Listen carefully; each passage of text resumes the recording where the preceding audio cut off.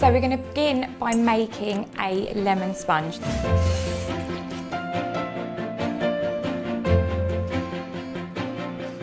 My first 3 cakes are baking.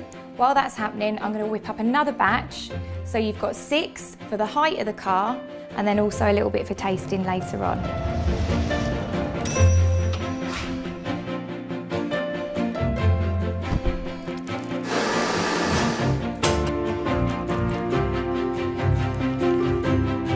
We're going to trim the sides down to get those angles to take the shape of the car.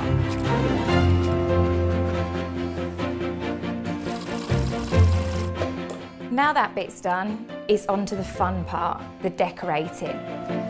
It's up to you how basic you go, or you can go all out detail. Just have fun with it, really.